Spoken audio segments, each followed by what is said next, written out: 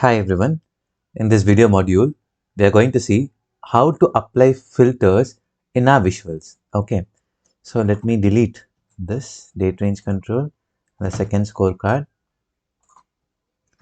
and let me place the table and scorecard close to each other. Okay. Now, if I want all the subcategories which starts with capital A to be displayed in this table, how can I do it? We already saw that we can go to add a control, and in various control options like advanced filter, we can filter out those subcategories which starts with A and do it. Okay. But the thing is that the end user, while he is seeing our report for the first time, he will be seeing all these subcategories and then he need to filter it out to see the subcategory which starts with capital A. Okay. But how to make the table and other visualizations in such a way that when the end user is seeing at the first time itself, only those subcategories which starts with A is being displayed. So here comes the role of filters in visuals. Let me select this table, and when I scroll down about various options under data tab for this particular table, I have an option called add filter.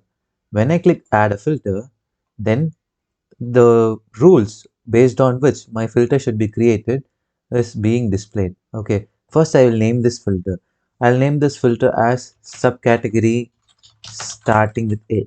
Okay, and what is my criteria? Include or exclude?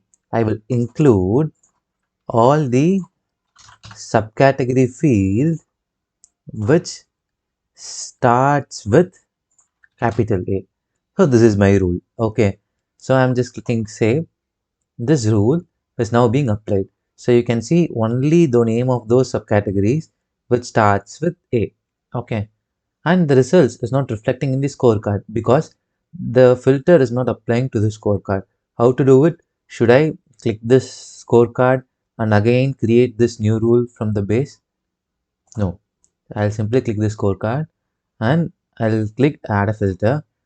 Before adding a new filter, creating a new filter by myself, there is an option called filter picker which helps you to choose the filter which is already being used in other visuals.